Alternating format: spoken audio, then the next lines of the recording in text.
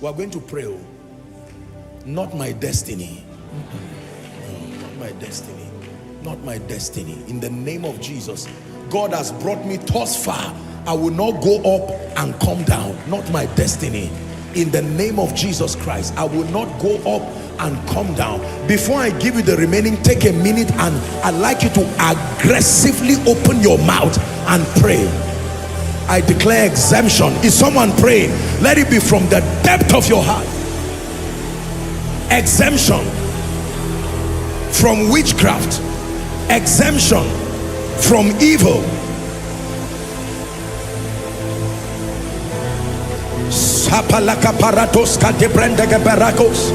higher and higher, not up and down, glory to glory, not glory and shame, increase to increase, not increase and lack, fire to fire, not on fire today and cold tomorrow. Outside, pray. Zaria, pray. Every spiritual force against your relevance, against your advancement, in the name of Jesus, anti-destiny forces, by the power of the Holy Ghost, you came to church tonight. Contend in prayer.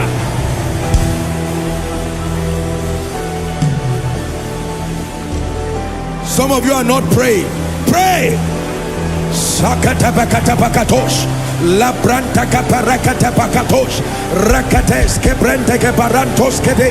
In the name of Jesus, I rebuke every spirit, every gang up of hell against Koinonia, against Joshua Selman. Oh, you come in one way, you scatter in 7 ways. In the name of Jesus. Someone is praying. Attacks of death, attacks of sickness, mysterious sicknesses that cannot be explained medically. I challenge you by the blood of the eternal covenant. I put a seal of the finished work of Christ over that situation.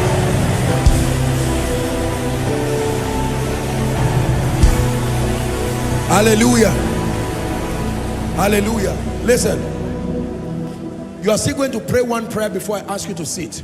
One of the greatest areas of attack in this season is your finances. The Bible says strong men retain wealth. It takes wisdom to attract wealth, but it takes strength to retain it. And the strength of the believer is derived in the place of prayer. Lord, I will not laugh and cry at the same time. No, I have cried before.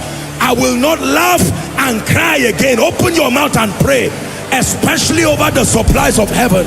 I will not enjoy helpers and be left destitute again. Every orchestration to take away helpers from your life, to frustrate your finances so that you do not have the liberty to come to church, the liberty to learn the ways of God in peace, challenge it by the power of the Holy Ghost.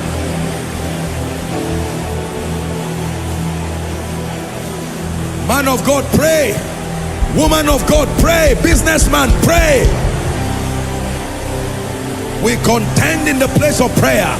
When we pray, we challenge forces, demonic forces over our destinies, sitting upon the corridors of our destiny. We ward off the arsenals of hell. We establish the God over our lives. We give it free way to its manifestation.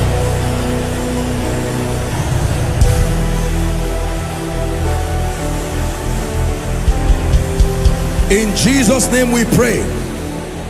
In Jesus' name we pray. Luke 22, 31, 32. Please keep standing. I will still give you the remaining. And the Lord said, Simon, Simon, behold, see, you have eyes but you are not seeing. Satan has a desire, and the desire is to sift you as wheat. 32. But I have prayed for you. Every time I see Satan's desire, what I do about Satan's desire is not to discuss it. What I do about Satan's desire is not to say it will not happen. The Bible shows us what we do, that every time we detect Satan's desire over our lives, we engage in the place of prayer. Can I tell you, there are people Satan wants to waste. He doesn't want them to backslide. He wants them to die because they have caused too much havoc. And there are people Satan does not want them to cross 2025. It's not about saying God forbid. You forbid it by praying. Open your mouth in 1 minute and declare that every limitation, every attack over your advancement, in the name of Jesus, we curse it by the blood of the eternal covenant. We curse it by the blood of the eternal covenant. We curse it. We dismantle demonic programs over our destinies. We dismantle demonic programs over our destinies. Schedules of darkness, orchestrations of darkness, manifesting as bad news, manifesting as evil, we dismantle it. Online, are you praying? In the name of Jesus, not over my life, not over koinonia, in the name of Jesus. Hallelujah. Please be seated very quickly. You will stand up again. So when we pray number 4, we contend against spiritual forces that fight our destinies. Something happened, I think it was maybe like 4 months or so ago. Was it? We're preparing for the US conference. I had finished praying, I was tired, and then I just lay down to sleep. It was not up to 20 minutes. I just felt like some kind of, it was like a demonic presence. Very demonic presence within the room. Now, I have all kinds of encounters, you have no idea. And as I just sensed that demonic presence, it was almost like a tap to pray again. And I got up with anger. I don't know whether it was related to the conference, but everything on my mind that time was conference. So whatever stands the way, I assume you are interrupting the conference. My God, even in sleep, you can open fire. Yes, sir.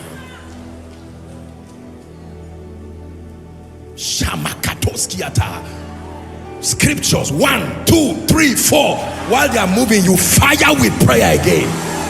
Yes, sir. Don't laugh at what I'm saying. I'm teaching you how to win. Prayers. Only God knows what that prayer averted. Maybe it was accident. Maybe it was some trouble somewhere. Minus me, oh, no way. The realm of the spirit will not decide a lot for me and manifest it, and then I become a victim. No way. No way. No way. Listen, the next time you sense, when your spirit man gives you a trigger that something is wrong, don't wait till you understand. Even if you are walking on the road, don't worry about what scripture to bring. You just start praying in tongues. The scriptures are already within your spirit. They will start coming out one by one, like arrows, one by one. In the name of Jesus, one by one. As you pray, God will give perspective to what you are praying about. If you don't pray, you can be praying amiss, saying nonsense, whereas the attack is coming this way. Listen, listen, listen, listen. You see, one advantage of prayer is that you can pray even under your breath. You don't have to disturb people. You are the one who is sensing what you are sensing. You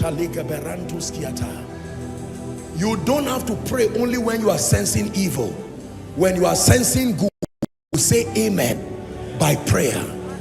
Because God is, you are sensing, and one of the ways you sense trouble is that your peace is disturbed. One of the ways you sense good things is supernatural joy that does not have any explanation. Sometimes it can be in the midst of things not working. You just know that your spirit has touched something in the spirit. Your spirit has touched tomorrow. That good news is coming into your tomorrow. But you don't just know. You stay in the place of prayer. In the name of Jesus, the spirit and the bride says, come. It must come. It must come by the power of God.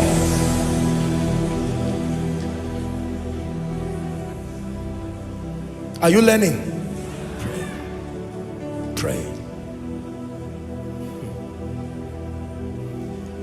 Let's hurry up.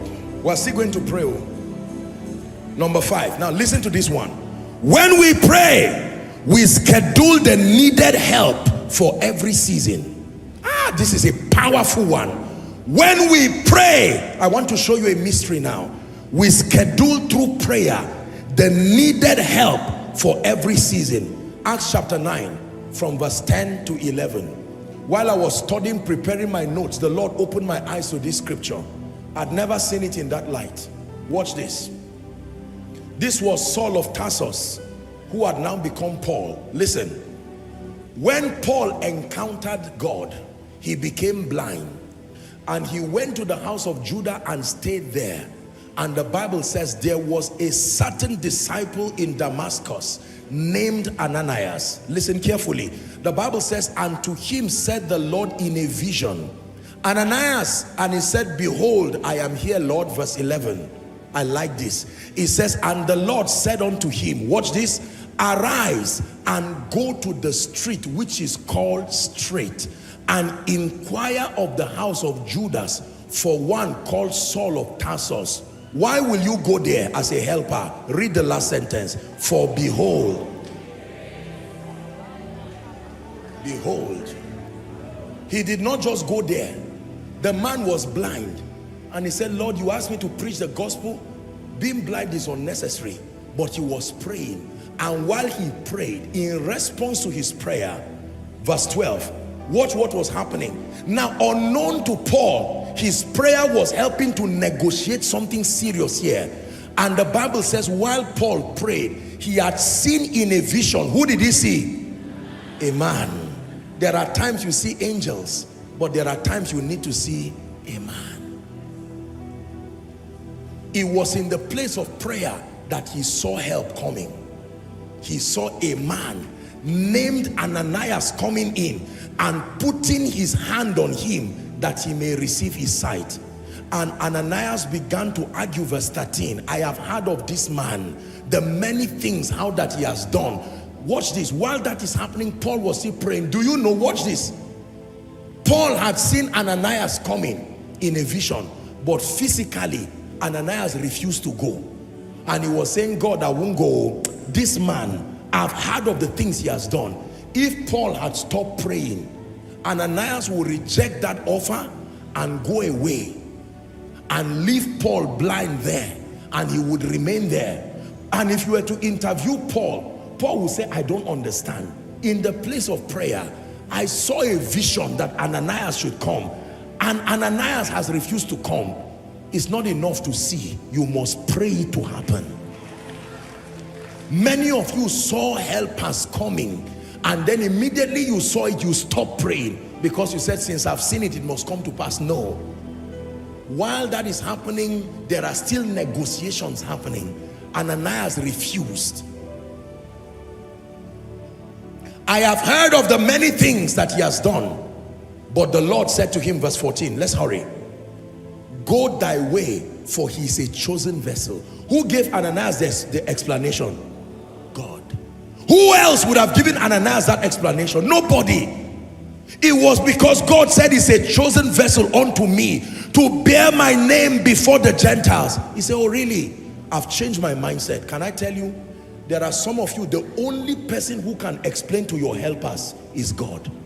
Because the kind of reports they have about you, about your family, about your business, it will be over their dead body to help you. At that point, you need to pray. Who is learning?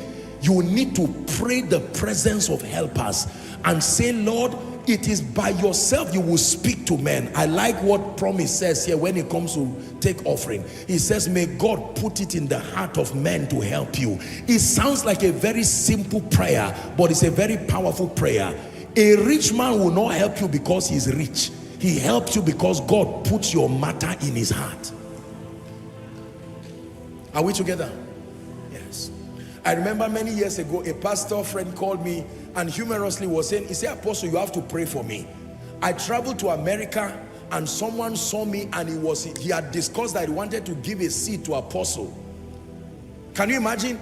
And the man tried to make sure that he would bring the seed before my pastor friend would travel, and package a very quality seed and gave him. He said, please help me and give Apostle. And when he came, he said, no, this is not fair. This man saw me, not day one, not day two. Are we together now? This man saw me. Oh, he knows that I'm a man of God too. And he told me he would give a seed. And not even that, okay, he gave Apostles, and then he said, you're on for Apostle, and greet him that I've been blessed by his life. So when he came, he was very nice man. We're just talking, and I was saying, well, he said, no, you have to pray that prayer for me. How can somebody give me a seed to come and give you? Oh, my help has come. Oh,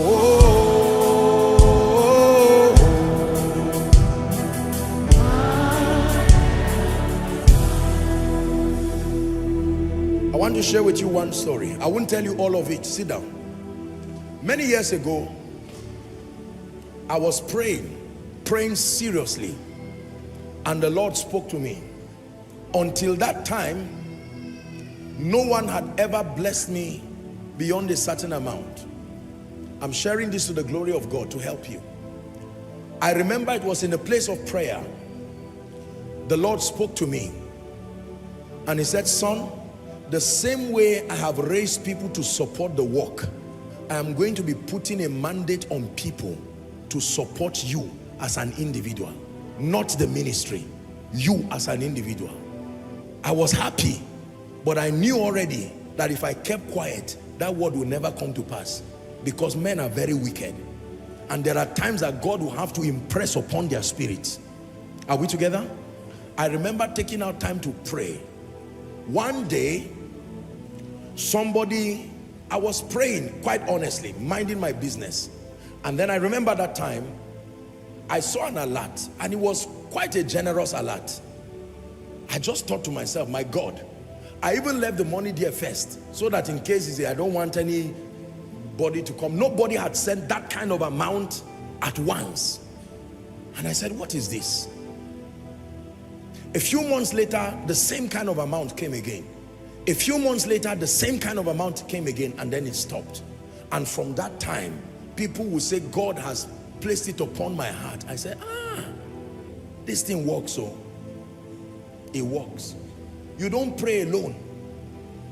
But you see, because we are in the business of priesthood, there is a provision to see that we serve God conveniently as we bless his people. And let me tell you the truth, from that time I concluded that not all men are stubborn. Lord, leave the stubborn ones and go to the ones that have vowed that you should use them. You've heard me, I've advised you financially. Don't tie your mind to one person and say, Lord, Auntie A, Uncle B must bless me. It's a recipe for disaster.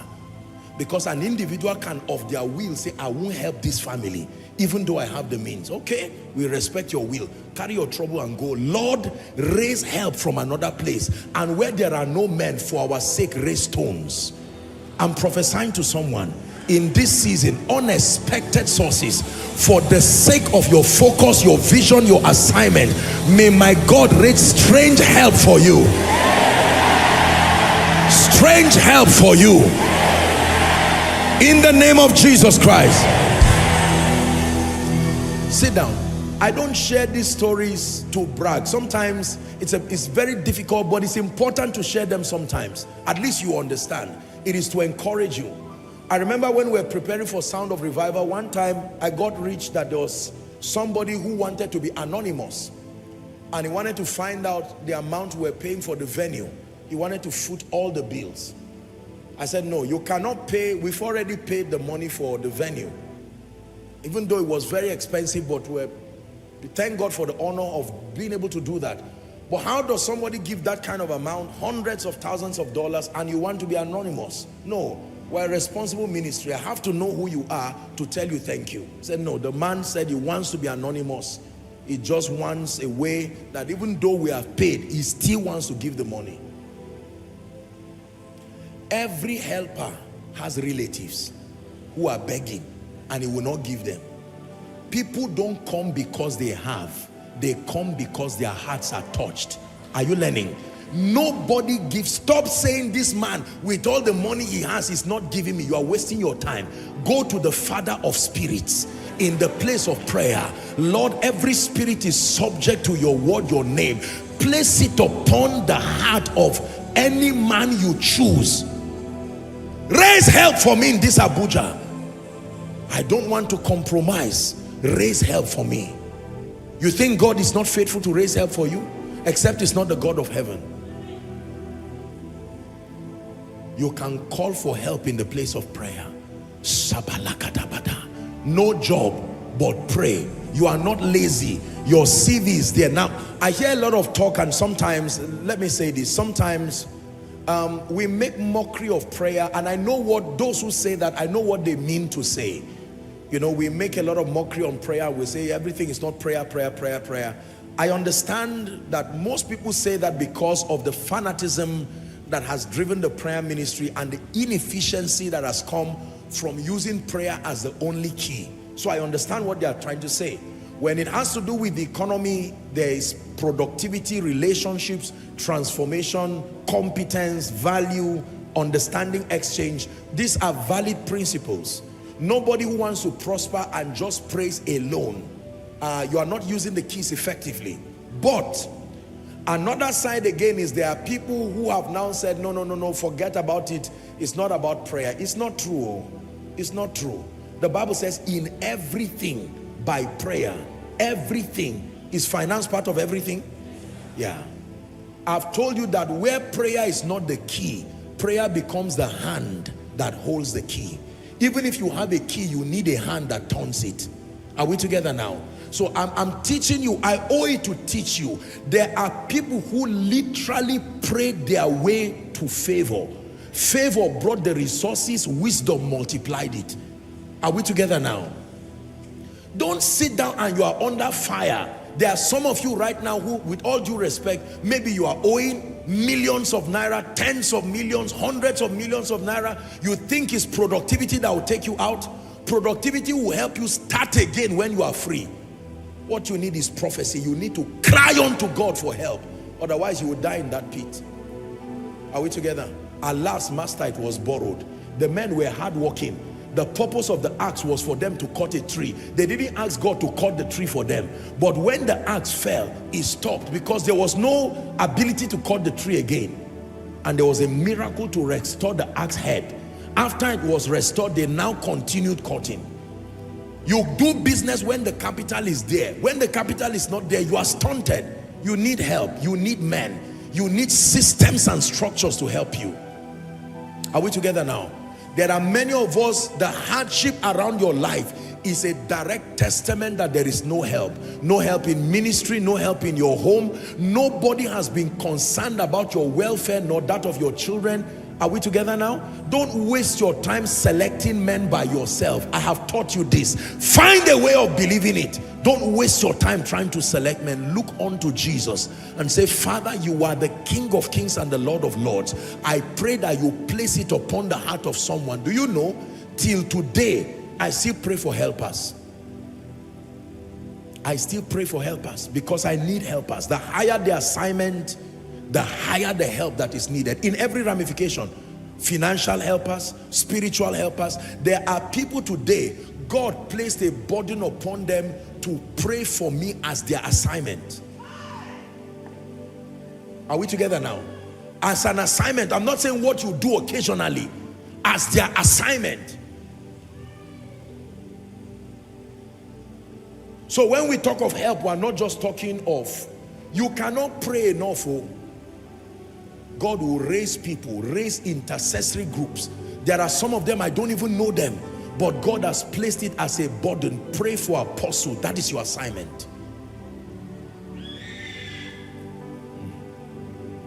Say, Father, send help to my destiny.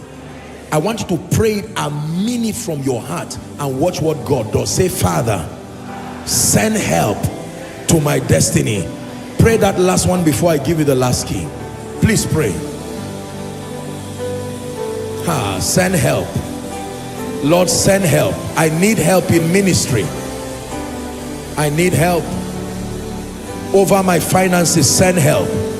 Some of you, you may not need money, but there are other things you need, very important things you need that make for life and godliness. Strategic connections, you need help.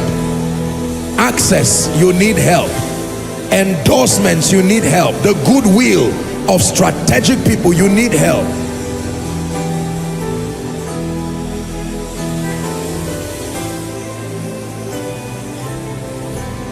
In Jesus' name we pray. When we pray, we schedule the needed help for every season. Every assignment God gives Koinonia has a financial requirement. My own upkeep as his child and as his servant has a financial requirement. It is my responsibility to, in the place of prayer, call for the needed help. If you are too arrogant to call for help, then you will find out that it will look as if God sent you and left you alone. He says, when I sent you, lackest thou anything? Let me tell you the truth. I am convinced that for as long as I serve the Lord, I will not lack bread to eat. I'm not serving him because of bread, but for as long as I am on this assignment, I will not lack bread to eat. I love him whether there's bread or not, sincerely, but I will not lack bread to eat. And that does not just mean bread for myself. For everyone that I have a responsibility over, I will not lack bread to give. Are we together? This is my understanding with God. This is my agreement with God, that I love him more than bread. But for as long as I'm serving him sincerely with all my heart, I will not lack bread to eat. It doesn't matter what happens. Even if the earth is brass and the heavens iron, I will not lack bread to eat. You have to believe this. When I sent you, lackest thou anything? And they said nothing. This is not because I'm a preacher. Preaching is only a vehicle to serve the Lord. When you serve him sincerely, he blesses your bread and your water. He takes sickness away from you. The days that he has apportioned for you, he sees to it that you fulfill. Let me give you number 6. Has someone been blessed tonight? When we pray, our spirits are quickened and we step into a realm of discernment. When we pray, we receive the prophetic blueprint that connects every season to every season. When we pray, we receive direction, strategic direction for the next level. When we pray, we contend against the spiritual demonic forces that fight the actualization of our destinies, that fight prophecies over our lives. When we pray, number 5, we schedule the needed help. Help as men, help as advantage of systems. Number 6, when we pray, we build capacity that qualify us for greater glory. When we pray, we build capacity that qualify us for greater glory. Listen to this, and then we pray. When we pray, we build capacity that qualify us for greater glory. Ephesians chapter 3 and verse 16. When we pray, you cannot build capacity if you do not pray. Paul prayed over the church in Ephesus that he would grant you, the he being God by his Spirit, according to the riches of his glory, to be strengthened with might by his Spirit in the inner man. Someone say strength. Shout it, say strength. Again, say capacity. You need capacity within your inner man. Listen to me. The level of anointing that God has placed upon my life now was not the level when we started with him. It would be unfair of him to have placed that kind of grace upon my life, because my capacity then would not be able to carry and host this level of glory. So here's how it works. The greater your capacity in the Spirit, the greater the anointing that God can invest upon you. Are we together? The greater the excelling of the glory that emanates from you, the greater the assignment, the greater the ease of operation. This is how it works. The things that were difficult for me yesterday, by every standard, are now easier to do, not necessarily because the challenge is left, but because capacity was built in the spirit. Are we together now? Yes. When you do not build capacity, there is a limit to which God can trust you with his program or with the next chapter of your own prophetic program in Christ. Whatever God wants to do in your life does not just happen at the instance of his will alone. It depends on your capacity. For some of you, God wants to do much, but the truth is that you are still at yesterday's level. You have not enlarged. Are we together now? You have not broken forth to your left and right, back and forth. God cannot place greater grace upon your life. It is a waste. When you pour 1 drum of oil into 1 bucket, you are going to waste 1 drum minus 1 bucket. That's what you wasted. Am I right on that? Everything beyond 1 bucket is going to be a waste. So you have 1 drum of oil and you pour that 1 drum into 1 bucket. The only thing you will have at the end of it is 1 bucket. Anything beyond 1 bucket will pour on the ground. That's how many of us are. And so because God is not an author of waste, he will limit growth and limit progress until your capacity gives you space to do the more.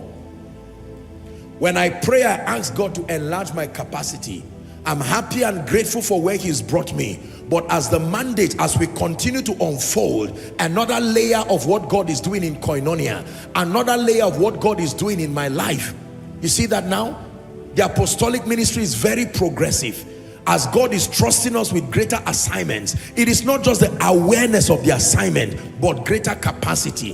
There is a man of God here. God wants to do so much with you, but the truth is that at your current level, God cannot do much with you. There are certain people God cannot bring to your life. The wisdom, the power, the grace, you do not have that capacity. And so we pray. The Bible says, but ye all, building yourselves on your most holy faith, praying in the Holy Ghost. It says, he that speaketh in an unknown tongue edifieth himself. 1 Corinthians 14 and verse 2. Edifieth himself. Edifieth himself. Verse 4. 2 down to 4. Edifieth himself. Edifieth himself. Edifieth himself. You must learn to edify yourself. There are times you do not have any prayer language at all. You just, any prayer point, you go to the place of prayer and you are investing time for growth. I have taught you here that among the many assignments of prayer, generally speaking, the first, the greatest of them is for your growth and for your transformation. The day I stopped praying as a habit, as a positive spiritual ritual, I have pegged myself at a level and I will never grow again. And you see, when the challenges outgrow your level of anointing, you see that now? You put God in a position where he's going to have to take the people to another place of help, another vessel that is aligned in a greater way. Now, spiritual things and the results we command in the kingdom, they look very easy. It is because the capacity that is producing them in righteousness is at a level that can trivialize those challenges. If you do not grow as the needs of the people grow, it will get to a point where your spiritual stature can no longer be used to solve their problems. This is the tragedy, respectfully, of many, many men of God across this nation, Africa. They became stunted in their growth. The comfort of ministry, a good car, a good house, good honorarium, ease, air conditioning system, business class, luxurious living just eroded the discipline and the passion for prayer. And then they found out that they stayed at a level where they are no longer relevant to the needs of those God has sent them to. And let me tell you this, once you no longer can bless the people God has sent you to, they will detect your exhaustion in the spirit. They can know that you are exhausted. They won't be angry with you, but they know that there's nothing more. This man cannot solve the reality of the problem that befalls me. He does not have the grace. He can't take me further from here. My prayer as a man of God is that I never punish you by my carelessness and my refusal to grow. Are we together now? That I do not limit your efficiency spiritually simply because I have refused to contend for greater light, greater growth, greater transformation. The more I am enlarged in the spirit, the more God can trust you with that holy oil. The more God can place that anointing upon your life. I want you to lay your hands on your head and ask the Lord to grant you the grace to pray until you are enlarged. Pray that prayer. To pray until you are enlarged, to pray until you expand, to pray until you are enlarged. That what looks like full oil, by the time you enlarge, it will go down and give space for higher dimensions of that oil to be poured on you. Someone pray. Someone pray. Grace to pray till I am enlarged. Enlarged in the spirit, enlarged in wisdom, enlarged for more power, enlarged to host greater graces, greater glory. 1 minute, you are praying. Make it a desperate, sincere, passionate prayer.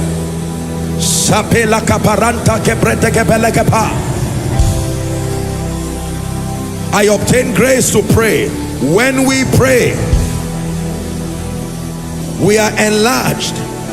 When we pray, we build capacity that allows the more of his glory, the more of his power, the more of his wisdom. A few more seconds. Are you praying? We're in a very serious season as a body of Christ. There is a call for greater enlargement. Greater enlargement. God wants to bring greater oil. He wants to pour graces, end time graces, end time anointings. But he's looking for vessels that are enlarged.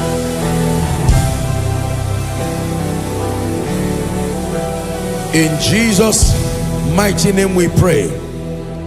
In Jesus' mighty name we pray. Now look up, we're wrapping up. When we don't pray, we are not only robbed of this, but there are things that happen when we don't pray. I don't have the time, but I will give you 3 of them. When we don't pray, number 1, we faint. Luke 18:1. When we don't pray, we faint. The word fainting there is to lose momentum, to lose energy, to lose vibrancy. Your vibrancy in the spirit, your passion in the spirit is sustained by the fire that your prayer life produces. When we don't pray, we faint. Number 2, when we don't pray, we die. I don't mean die like spiritual death alone. Literally, physically, we die. You may not see it because you don't die in one day. When we don't pray, it's like a farm with no farmer plowing it. No sowing, no mowing grasses, no nothing. The reason why we die is because the thief, killing is part of what he does.